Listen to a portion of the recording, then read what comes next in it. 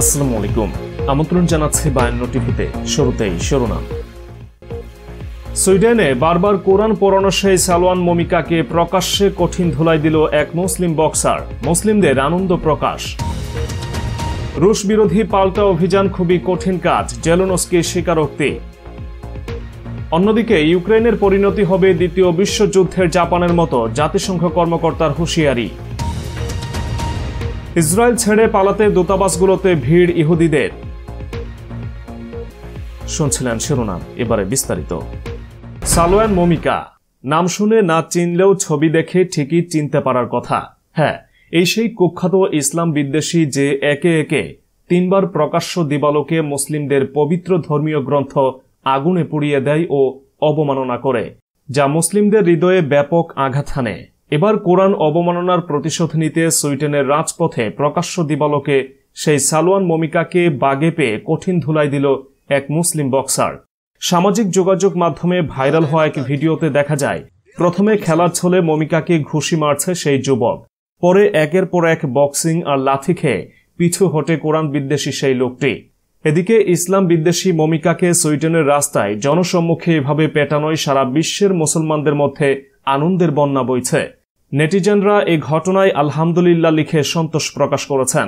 অনেকে মুসলিম বক্সার ভাইটিকে প্রশংসায় ভাসিয়েছেন। জানা যায়, গত সোমবার বিকেলে সুইডেনের স্টকহোমের দক্ষিণের শহর সুদারতালজের রাস্তায় এই ঘটনা ঘটেছে। এ সময় মমিকার বন্ধুরাই ভিডিওটি রেকর্ড করে টুইটারে আপলোড দিলে তা মুহূর্তেই ভাইরাল হয়ে যায়। মমিকাকে আঘাত করা যুবকটি সম্ভবত আরব বংশোদ্ভূত।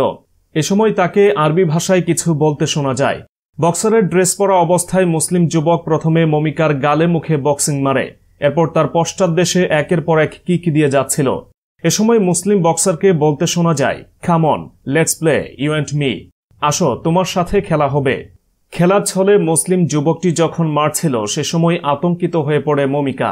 এ সময় আশেপাশে কোনো পুলিশ না পেয়ে এক বিলবোর্ডের পিছনে আশ্রয় নিতে বাধ্য হয় সে, যা উপস্থিত প্রত্যক্ষদর্শীদের আনন্দ দিয়েছে। মূলত মুসলিম দেশ ইরাক থেকে শরণার্থী হিসেবে সুইডেনে গিয়ে সেখানে বসবাসের অনুমতি পায় খ্রিস্টান ধর্মের অনুসারী সালোয়ান মমিকা। দেশটিতে এক মাসে অন্তত 3 বার কোরআন পড়ানোর পিছনে মূল হোতা এই ইসলাম বিদ্বেষী। সে ইসলামের বিরুদ্ধে বিক্ষোভ করতে চায় এবং কোরআনের উপর নিষেধাজ্ঞা চায়।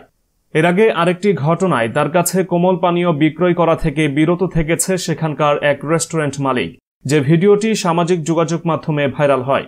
সেই ভিডিওতে দেখা যায়, রেস্টুরেন্টে অবস্থানরত একজন খ্রিস্টান ইরাকি নাগরিক মমিকাকে উদ্দেশ্য করে বলেন, আমিও একজন ইরাকি খ্রিস্টান, তুমি ইসলামকে অপমান করেছ, যা লজ্জাজনক বিষয়।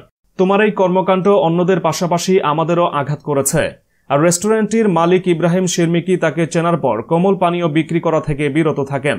আনাদুলু নিউজ এজেন্সিকে দিয়ে এক সাক্ষাৎকারে তিনি বলেন, সে আমার দোকানে এসে কোমল পানীয় কিনতে চায়, তবে আমি তাকে চিনে ফেলি এবং বলি, তুমি তো সেই ব্যক্তি যে কোরআন পড়িয়েছিলে, তোমার জন্য আমার কাছে কোনো কোমল পানীয় নেই, সুতরাং তুমি এখান থেকে যেতে পারো। সুইডেনে বসবাসকারী ইরাকি বংশোদ্ভূত মমিকা গত ঈদুল আজহার দিন স্টকহোমের একটি মসজিদের সামনে কোরআন পড়িয়ে দেয়। এ সময় পুলিশ তাকে সুরক্ষা প্রদান করে। এছাড়াও গত 20 জুলাই পুনরায় ইরাকি দূতাবাসের সামনে তিনি কোরআন অবমাননার পাশাপাশি ইরাকি পতাকা পড়িয়ে দেন। তার এই কর্মকাণ্ডগুলো পুরো মুসলিম বিশ্বে বিক্ষোভ ও নিন্দার ঝড় তোলে। যে ঘটনার জের ধরে ইরাকে নিযুক্ত সুইডিশ রাষ্ট্রদূতকে বহিষ্কার করেছে দেশটির সরকার। এই ঘটনার প্রতিবাদে ক্ষোভে ফেটে পড়ে সমগ্র মুসলিম বিশ্ব। বাংলাদেশ, তুরস্ক, ইরাক, ইরান, মিশর, সৌদি আরব সহ মুসলিম সংখ্যাগরিষ্ঠ দেশগুলো এই ঘটনার তীব্র নিন্দা জানিয়েছে।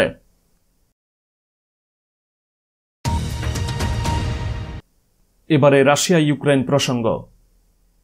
ইউক্রেনের প্রেসিডেন্ট ভলোদিমির জেলেনস্কি স্বীকার করেছেন যে রাশিয়ার বিরুদ্ধে পাল্টা সামরিক অভিযান চালাতে গিয়ে কঠিন অবস্থায় পড়েছে তার দেশের সেনারা। তবে তিনি দাবি করেন, রাশিয়ার প্রতিরক্ষা রেখা পার হওয়ার জন্য ইউক্রেনের সেনারা ধীরে ধীরে অগ্রসর হচ্ছে। একই সঙ্গে তিনি আশা করেন, ইউক্রেনের সেনারা অবশ্যই রাশিয়ার প্রতিরক্ষা বুর্জ ভেঙে দেবে। এর আগে পশ্চিমা গণমাধ্যমগুলো জানিয়েছে, রাশিয়ার বিরুদ্ধে পাল্টা সামরিক অভিযান চালাতে গিয়ে ইউক্রেন যে বিপর্যয়ের মুখে পড়েছে তাতে কিয়েভের উপর পশ্চিমা পৃষ্ঠপোষকরা হতাশ হয়ে পড়ছে। গত জুন মাসের প্রথম দিকে ইউক্রেন রাশিয়ার বিরুদ্ধে কথিত পাল্টা অভিযান শুরু করে এবং বিভিন্ন গণমাধ্যমে ইউক্রেনের হাজার হাজার সেনা হারানোর খবর বেরিয়েছে। এক সংবাদ সম্মেলনে ইউক্রেনের প্রেসিডেন্ট জেলেনস্কিকে সাংবাদিকরা জিজ্ঞেস করেন, রাশিয়ার বিরুদ্ধে তাদের সামরিক অভিযান কেমন চলছে। জবাবে তিনি বলেন, বিষয়টি আমরা কোন দিক থেকে দেখব সেটি একটি বিষয়, আমরা এগিয়ে যাচ্ছি। এটা আমাদের জন্য খুব কঠিন, কারণ সেখানে বিপুল পরিমাণ মাইন রয়েছে। জেলেনস্কি বলেন, সামরিক বাহিনী থেকে পাওয়া রিপোর্টের ভিত্তিতে বলা যায় আমরা ধীরে ধীরে সামনে এগিয়ে যাচ্ছি এবং সঠিক দিকেই এই অগ্রযাত্রা হচ্ছে। অন্যদিকে দ্বিতীয় বিশ্বযুদ্ধে জাপানের যে পরিণতি হয়েছিল, ইউক্রেনের ভাগ্যেও তেমন কিছু অপেক্ষা করছে বলে হুঁশিয়ারি দিয়েছেন যুক্তরাষ্ট্রের সাবেক গোয়েন্দা কর্মকর্তা এবং বর্তমানে জাতিসংঘের অস্ত্র পরিদর্শক স্কট রিটার। তিনি বলেছেন, দ্বিতীয় বিশ্বযুদ্ধে জাপানকে যেভাবে নিঃশর্ত আত্মসমর্পণের পাশাপাশি নিজের ভূখণ্ডের কিছু অংশের দখল ছেড়ে দিতে হয়েছিল, ইউক্রেনের জন্য সামনে একই পরিণতি অপেক্ষা করছে। বুধবার ইউক্রেনের প্রেসিডেন্ট ভলোদিমির জেলেনস্কি খোলাখুলিভাবে রাশিয়ার দখল থেকে ক্রিমিয়া উদ্ধারের ইচ্ছা প্রকাশ করেন। বুধবার রাজধানী কিয়েভে এক আলোচনা চক্রে জেলেনস্কি বলেন, ইউক্রেনের বহু এলাকা এখন রাশিয়ার দখলে, ক্রিমিয়া সেসবের মধ্যে অন্যতম। রাশিয়ার লক্ষ্য হল ক্রিমিয়ার দখল ফিরে পাওয়া। ইউক্রেন কখনো নিজের অঞ্চল নিয়ে ব্যবসা করে না, কারণ আমরা কখনো নিজেদের জনগণ নিয়ে ব্যবসা করি না, আলোচনা চক্রে বলেন জেলেনস্কি।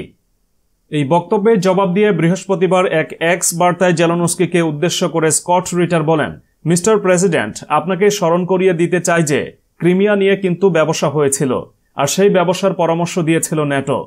বরং ব্যবসা না করার কথাটি প্রযোজ্য হতে পারে রাশিয়ার ক্ষেত্রে, কারণ তারা বাস্তব পরিস্থিতি অনুযায়ী চলে। এ কারণে একদিন ইউক্রেনকে রাশিয়ার কাছে নিঃশর্তে আত্মসমর্পণ করতে হবে। একেবারে 1945 সালে স্বাক্ষরিত টোকিও চুক্তির ব্যাপারে চিন্তা করুন, আপনাদের জন্য ওরকম ভবিষ্যৎই অপেক্ষা করছে। উল্লেখ্য, দ্বিতীয় বিশ্বযুদ্ধের সময় 1945 সালে জাপানের হিরোশিমা ও নাগাসাকিতে পারমাণবিক বোমা ফেলেছিল মার্কিন যুক্তরাষ্ট্র। মূলত ওই ঘটনায় সমাপ্তি টেনে দিয়েছিল দ্বিতীয় বিশ্বযুদ্ধের। 1945 সালে 2 সেপ্টেম্বর প্রতিপক্ষ মিত্রশক্তি দেশগুলোর কাছে আত্মসমর্পণ করে জাপান। রাজধানী টোকিওতে হয়েছিল এই চুক্তি। চুক্তির শর্ত অনুযায়ী নিজেদের ভূখণ্ডের কিছু অংশের দখলও ছেড়ে দিতে হয় জাপানকে। 2014 সালে রুশ বাহিনীর কাছে কৃষ্ণ সাগরের উপদ্বীপ ক্রিমিয়ার দখল হারায় ইউক্রেন। ক্রিমিয়া জয়ের পর সেখানে গণভোটের আয়োজন করেছিল রাশিয়া। সেই ভোটে ক্রিমিয়ার জনগণ রাশিয়ার পক্ষে ভোট দিয়েছিলেন। তারপর 2015 সালে ন্যাটোর উদ্যোগে বেলারুশের রাজধানী মিনস্কে রাশিয়া ও ইউক্রেনের মধ্যে চুক্তি স্বাক্ষরিত হয়। চুক্তির অন্যতম শর্ত ছিল ক্রিমিয়াকে রুশ ভূখণ্ড হিসেবে স্বীকৃতি দিতে হবে ইউক্রেনকে। কিন্তু বছরের পর বছর পেরিয়ে যাওয়ার পরও সেই শর্ত পূরণ করেনি ইউক্রেন। উপরন্তু 2017 সাল থেকে ন্যাটোর সদস্যপদ প্রাপ্তির জন্য তদবির শুরু করে দেশটি। চুক্তির শর্ত না মানা এবং ন্যাটোর সদস্যপদ প্রাপ্তি তদবিরে ক্ষুব্ধ হয় রাশিয়া। এর জেরেই 2022 সালে ফেব্রুয়ারিতে ইউক্রেনে সামরিক অভিযান শুরু করে রুশ বাহিনী। সেই যুদ্ধ এখনও চলমান। সবশেষ ইসরায়েল প্রসঙ্গ। দীর্ঘদিন ধরে অস্থিতিশীলতার কারণে এখন দেশ ছাড়তে চাইছেন প্রচুর ইসরায়েলি নাগরিক। তারা বিদেশি পাসপোর্ট বা আবাসিক ভিসা পেতে বিশ্বের বিভিন্ন দেশ, বিশেষ করে ইউরোপীয় দূতাবাসগুলোতে ভিড় করছেন। ইয়ানেট নিউজের বরাত দিয়ে এই খবর দিয়েছে মিডল ইস্ট মনিটর। খবরে বলা হয়, সাম্প্রতিক মাসগুলোতে বিদেশি পাসপোর্ট বা আবাসিক ভিসার আবেদন করা ইসরায়েলি নাগরিকের সংখ্যা উল্লেখযোগ্য হারে বৃদ্ধি পেয়েছে। বলা হচ্ছে তারা যে কোনো উপায়ে ইসরায়েল ছাড়তে চান। তাদের অধিকাংশই দেশটিতে সদ্য পাশ হওয়া বিচার ব্যবস্থার সংস্কারের বিতর্কিত আইনটিকে এর নেপথ্যে কারণ হিসেবে উল্লেখ করেছেন। দেশজুড়ে চরম প্রতিবাদের মুখেও গত 24 জুলাই এই আইনটি পাশ হয়। এর ফলে ব্যাপকভাবে কমেছে সুপ্রিম কোর্টের ক্ষমতা। এর আগে সরকারের নেওয়া কোনো পদক্ষেপ অযৌক্তিক মনে করলে তা বাতিল করে দিতে পারত ইসরায়েলের সুপ্রিম কোর্ট। কিন্তু নতুন আইনের আওতায় সে ক্ষমতা আর থাকছে না সুপ্রিম কোর্টের। এই আইনের কারণে অনেকে এখন আর ইসরায়েলকে গণতান্ত্রিক রাষ্ট্র হিসেবে মানতে নারাজ। দেশ ছাড়তে চাওয়া ব্যক্তিদের অনেকেই আবার কারণ হিসেবে লিখেছেন জীবনযাত্রার উচ্চ ব্যয়, যা বহন করা তাদের পক্ষে অসম্ভব বলে উল্লেখ করেছেন অনেকেই। কিছুদিন আগে চালানো এক জরিপে দেখা গেছে বর্তমানে ইসরায়েলে অবস্থান করা প্রতি 3 জনের একজন ইসরায়েল ছেড়ে যাওয়ার চিন্তা ভাবনা করছেন। বিতর্কিত বিচার ব্যবস্থার সংস্কার আইন পাশ করার পর বিষয়টি জোরদার হয়েছে। ইসরায়েলি নাগরিকরা বলছেন, আমরা এমন দেশে থাকতে চাই না যা গণতান্ত্রিক নয়।